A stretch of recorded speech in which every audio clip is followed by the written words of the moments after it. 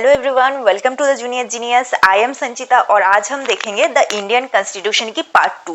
और पार्ट 2 में हम पढ़ेंगे key features of the Indian constitution. तो की फीचर्स को देखने से पहले हम थोड़ी सी कॉन्स्टिट्यूशन की हिस्ट्री जान लेते हैं। कॉन्स्टिट्यूशन कहाँ से और कैसे आया था ये पहले जान लेते हैं। इन 1922 में क्या चल रहा था? तब नेशनल मूवमेंट चल रहा था। हमारे जो लीडर्स है, हमारे देश के लोग हैं, स्ट्रगल कर रहे थे इंडिपेंडेंस के लिए ब्रिटिशर्स से। 1922 में Mahatma Gandhi put forward the demand that India's political destiny should be determined by Indian themselves. Mahatma Gandhi ने उस टाइम पे पहली बार ये बोला था कि इंडियंस को ये राइट देनी चाहिए कि वो अपनी पॉलिटिकल डेस्टिनी खुद डिसाइड कर सके। उस टाइम पे ब्रिटिशर्स इंडियंस को कुछ ज़्यादा राइट्स देते नहीं थे और पॉलिटिकल राइट्स तो बिल्कुल नहीं थी इंडियंस के पास। तो ये जो सोच थी ये महात्मा गांधी ने पहली बार सामने लाई थी कि इंडियंस को राइट देनी चाहिए कि उनके पॉलिटिकल डेस्टिनी कैसी होगी। इन 10 अगस्त 1928, अब देखिए ये जो ईयर्स है ये आपको अभी इतने ज़रूरी नहीं है याद रखने की। याद रख सकते हो तो बहुत अच्छी बात है और अगर नहीं रख पा रहे हो तो कोई बात नहीं है। इन 1928, 10 अगस्त 1928, Motilal Nehru submitted Nehru report. Nehru report क्या था? नेहरू रिपोर्ट इंडियंस के द्वारा फर्स्ट अटेम्प्ट था अपनी कॉन्स्टिट्यूशन ड्राफ्ट करने की। इंडिया की कॉन्स्टिट्यूशन ड्राफ्ट करने की फर्स्ट अटेम्प्ट था इंडियंस के द्वारा ये Nehru report. In 1934 M.N.. Roy put forward the idea of constituent assembly. Constituent assembly क्या है? कॉन्स्टिट्यूएंट असेंबली एक ऐसा असेंबली है, एक ऐसा बॉडी है जो कॉन्स्टिट्यूशन को ड्राफ्ट करने की, उसे एडप्ट करने की काम करती है। 1934 में एम.एन. रॉय फर्स्ट टाइम ये कॉन्स्टिट्यूएंट असेंबली के आइडिया दिए थे। एंड इन 1935 आईएनसी जो उस टाइम का सबसे बड़ा, इंडिया की जो सबसे बड़ी पॉलिटिकल पार्टी हुआ करती थी, आईएनसी 1935 में officially demanded for constituent assembly. In November 1946, ये साल, ये जो है नवंबर 1946, ये आपको याद रखनी है। अब ये कैसे याद रख सकते हैं? हम रिलेट कर सकते हैं क्योंकि इंडिया इंडिपेंडेंट हुआ था 1947 में। ये तो सब हम बचपन से पढ़ते आ रहे हैं। तो इससे एक साल पहले क्या हुआ था? 1946 में, नवंबर 1946 में कॉन्स्टिट्यूएंट असेंबली फॉर्म हुआ था विथ 389 मेंबर्स। ये मेंबर्स के नंबर भी आपको याद रखनी है। Except M.K. Gandhi and Muhammad Ali Jinnah, all prominent leaders were the members of the Constituent Assembly. Constituent Assembly became the first parliament of free India. In 26 November 1949, the Constituent Assembly adopted the Constitution of India. 26 November 1949, ये जो date है ये आपको हमारी preamble में भी देखने को मिलेगी। इस डेट पे क्या हुआ था? कंस्टिट्यूएंट असेंबली हमारी कॉन्स्टिट्यूशन को एडॉप्ट किया था। Thus 26 November is known as Constitution Day. इस दिन को कॉन्स्टिट्यूशन दिवस के नाम से जाना जाता है। द कॉन्स्टिट्यूशन ऑफ इंडिया, पर कॉन्स्टिट्यूशन ऑफ इंडिया फोर्स में आया था, लागू हुआ था जनवरी 26, 1950 में। जनवरी 26, 1950 में। और जनवरी 26 को हम किस डे के नाम से जानते हैं? Republic day. नेक्स्ट देखते हैं। तो अब हम आ गए हैं हमारी जो मेन टॉपिक है की फीचर्स ऑफ इंडियन कॉन्स्टिट्यूशन में। पहली की फीचर्स क्या है इंडियन कॉन्स्टिट्यूशन की? फेडरलिज्म। 1 मिनट। फेडरलिज्म का मतलब क्या है कि एक से ज्यादा गवर्नमेंट एग्जिस्ट करता है एक कंट्री में। मतलब अब देख सकते हो हमारी इंडिया में सेंट्रल गवर्नमेंट भी है और स्टेट गवर्नमेंट भी है, यानी कि गवर्नमेंट की दो अलग अलग टायर है। वैसे ही हमारे देश में पंचायती राज है जो थर्ड टायर ऑफ गवर्नमेंट है। अब हमारे देश की जो लॉ है, गवर्नमेंट जो लॉ बनाती है, गवर्नमेंट के पास जो पावर्स है वो 3 सब्जेक्ट में डिवाइडेड है, 3 लिस्ट में डिवाइडेड है। एक है स्टेट लिस्ट, एक है यूनियन लिस्ट और एक है कॉन्करेंट लिस्ट। स्टेट लिस्ट में सिर्फ स्टेट लॉ बना सकती है स्टेट लिस्ट के सब्जेक्ट्स के ऊपर। यूनियन लिस्ट के सब्जेक्ट्स के ऊपर सिर्फ यूनियन ही लॉ बना सकती है, और कॉन्करेंट लिस्ट में जो सब्जेक्ट आता है उनमें स्टेट भी लॉ बना सकती है और यूनियन भी बना सकती है। अब while each state in India enjoys autonomy, हर एक स्टेट के पास अपना ऑटोनॉमी दिया हुआ है, पर वो in exercising powers on certain issue, subjects of national concern require that all of the state follow the laws of central government। जब भी कोई बात आ जाती है जो नेशनल इंपॉर्टेंस की बात है, नेशनल कंसर्न की बात है, तो यूनियन गवर्नमेंट की रूल्स को उन्हें फॉलो करना पड़ता है, रूल्स को लॉज को फॉलो करनी पड़ती है स्टेट्स को। अब the constitution contains list that detail the issue that each tier of government can make laws on. जैसा मैंने बताया 3 लिस्ट कंटेन करता है, state, union and concurrent. In addition to the constitution also specifies where each tier of government can get the money for the work that it does। जो government को जो execute करने के लिए, हर एक लॉज को, पॉलिसीज को एग्जीक्यूट करने के लिए जो मनी चाहिए होता है वो कहाँ से आएगा, टैक्सेस कैसे डिवाइडेड होगी स्टेट के बीच में, यूनियन के बीच में, ये भी कॉन्स्टिट्यूशन स्पेसिफाई करता है। नेक्स्ट देखते हैं। नेक्स्ट आता है पार्लियामेंट्री फॉर्म ऑफ गवर्नमेंट। अब constitution of India guarantees universal adult suffrage. Adult मतलब क्या है? अभी एडल्ट मतलब है 18 प्लस की एज की जो भी लोग हैं, all the citizen, for all the citizen of India, India के सिटीजन अगर वो है, वो डायरेक्टली रोल प्ले कर सकते हैं electing their representative, directly election में भाग ले सकते हैं, वोटिंग कर सकते हैं। Also, every citizen of the country, irrespective of his or her social background, social, economical, political, religious, irrespective of everything, अगर वो इस देश की नागरिक है और वो एडल्ट है तो वो इलेक्शन में पार्टिसिपेट कर सकते हैं, इलेक्शन में वोटिंग की मदद से पार्टिसिपेट कर सकते हैं। तो चलिए नेक्स्ट देखते हैं। नेक्स्ट है separation of powers. Separation of powers क्या है? Constitution, according to the Constitution, there are 3 organs, 3 organ है गवर्नमेंट की। क्या क्या? Legislature, executive and the judiciary. Legislature क्या है? लेजिस्लेचर वो ऑर्गन है जो जिनके मेंबर को हम डायरेक्टली इलेक्ट करते हैं, जैसे कि हमारे एमएलएज, एमपीज जो लॉज बनाते हैं।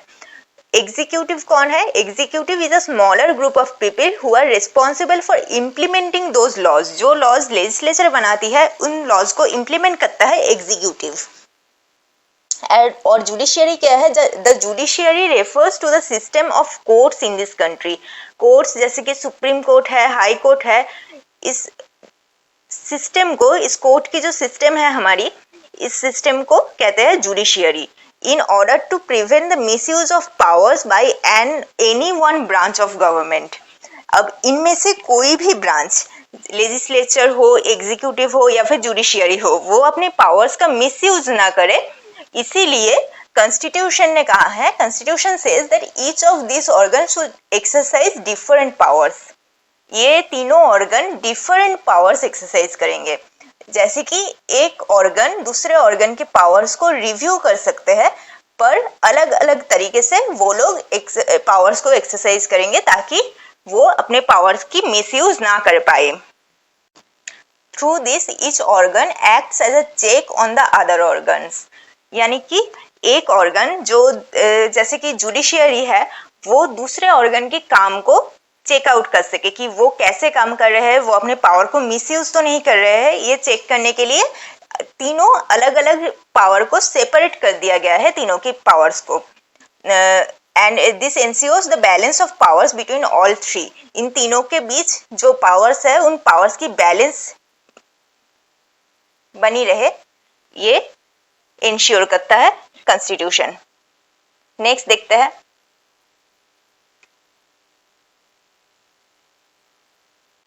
नेक्स्ट फीचर है फंडामेंटल राइट। फंडामेंटल राइट क्या है? फंडामेंटल राइट्स कुछ ऐसा राइट दिया गया है कॉन्स्टिट्यूशन के द्वारा हमारी देश की सिटीजन्स को, जो प्रोटेक्ट करता है सिटीजन्स को against the arbitrary and absolute exercise of power bye the state. यहाँ पे स्टेट का मतलब सिर्फ स्टेट और स्टेट गवर्नमेंट नहीं है, यहाँ स्टेट का मतलब गवर्नमेंट है, चाहे वो स्टेट हो या सेंट्रल। तो सिटीजन को, इंडिया के हर एक सिटीजन को फंडामेंटल राइट्स के द्वारा ये पावर दिया गया है ताकि स्टेट अपने पावर्स की मिसयूज ना कर पाए सिटीजन के ऊपर, सिटीजन के against. The constitution thus guarantees the right of individual against the state, सिर्फ स्टेट ही नहीं, as well as against other individual. एक सिटीजन दूसरे सिटीजन के अगेंस्ट अपने पावर की यूज ना कर पाए, इससे भी प्रोटेक्ट करता है ये fundamental rights. Moreover, the various minority communities also express the need for the constitution to include rights that would protect their group. Minorities को majority community से प्रोटेक्शन की भी जरूरत पड़ती है और इसीलिए कॉन्स्टिट्यूशन की ये जो फंडामेंटल राइट है वो माइनॉरिटीज को भी प्रोटेक्शन देती है मेजोरिटी ग्रुप से। नाउ हमारे पास अभी कॉन्स्टिट्यूशन में 6 फंडामेंटल राइट्स है। राइट टू इक्वलिटी क्या कहता है कि all persons are equal before the law के सामने सारे सिटीजन इक्वल है और no citizen can be discriminated against on the basis of their religion, race, caste, sex और प्लेस ऑफ बर्थ। किसी भी सिटीजन को डिस्क्रिमिनेट नहीं किया जाएगा किसी भी फील्ड में against on the basis of their race, caste, sex और प्लेस ऑफ बर्थ। नेक्स्ट है right to freedom. Right to freedom क्या इंक्लूड करता है? This includes the right to freedom of speech and expression, the right to form association, the right to move freely and reside in any part of the country, and the right to practice any profession, occupation or business. Next है third right है right against exploitation. The constitution prohibits human trafficking, forced labor. Human trafficking, forced labor एक बहुत मतलब बुरा example है। एक जो powerful group है, पावरलेस ग्रुप के ऊपर अपने अगेंस्ट अपने पावर को कैसे यूज करते हैं, ये इसका एक एग्जाम्पल है बहुत बड़ा। ये ह्यूमन ट्रैफिकिंग, फोर्स्ड लेबर, ये और साथ ही साथ ये राइट अगेंस्ट एक्सप्लॉयटेशन, जो प्रोहिबिशन ऑफ चाइल्ड लेबर भी इंक्लूड करता है। नाउ नेक्स्ट है right to freedom of religion. India एक सेक्युलर कंट्री है, इंडिया की कोई अलग से स्टेट रिलीजन नहीं है, तो right to freedom of religion यही राइट देता है इंडियन सिटीजन को कि वो कोई भी राइट्स को, कोई भी रिलीजियस प्रैक्टिस को, कोई भी रिलीजन को according to their choice, to their choice only, वो कोई भी रिलीजन को प्रैक्टिस कर सकता है। नेक्स्ट है कल्चरल एंड एजुकेशनल राइट्स।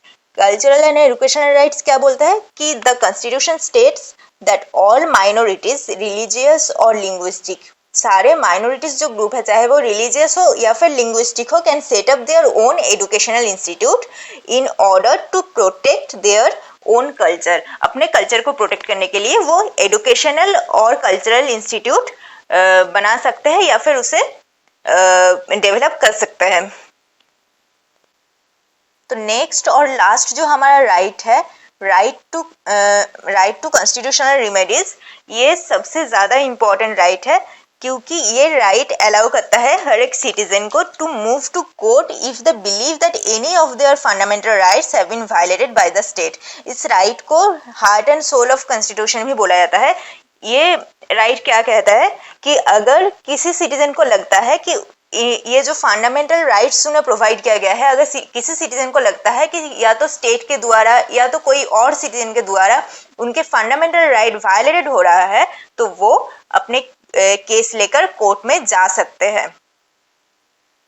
तो ये था हमारा फंडामेंटल राइट्स। नेक्स्ट देखते हैं, नेक्स्ट फीचर्स जो है हमारे कॉन्स्टिट्यूशन की वो है directive principle of state policy. DPSP क्या है? डीपीएसपी एक कुछ ऐसा पॉलिसीज है जो डिजाइन किया गया था हमारे कॉन्स्टिट्यूएंट असेंबली की मेंबर्स के द्वारा to ensure greater social and economic reforms and to serve as a guide to the independent Indian state to institute laws and policies, ताकि इंडिपेंडेंट इंडिया के स्टेट अपने लॉज बना सके और पॉलिसीज बना सके, उसके लिए एक गाइड प्रोवाइड किया गया है इस डीपीएसपी के अंदर। अब डीपीएसपी और फंडामेंटल राइट्स है do and what not to do. what to do and what not to do, do's and don't। Fundamental right, if fundamental right ये स्टेट के लिए है, गवर्नमेंट के लिए है। फंडामेंटल राइट गवर्नमेंट को प्रोवाइड करता है कि क्या नहीं करना चाहिए, वहीं डीपीएसपी बताता है कि गवर्नमेंट को क्या करना चाहिए। DPSP stands for dos to the executive and legislature. Executive and legislature को क्या करना चाहिए वो बताता है डीपीएसपी, और क्या नहीं करना चाहिए वो बताता है फंडामेंटल राइट्स। तो बस यही था आज का हमारा लेक्चर अच्छा लगा है तो लाइक करना, शेयर करना, चैनल को सब्सक्राइब करना। Thank you so much for watching.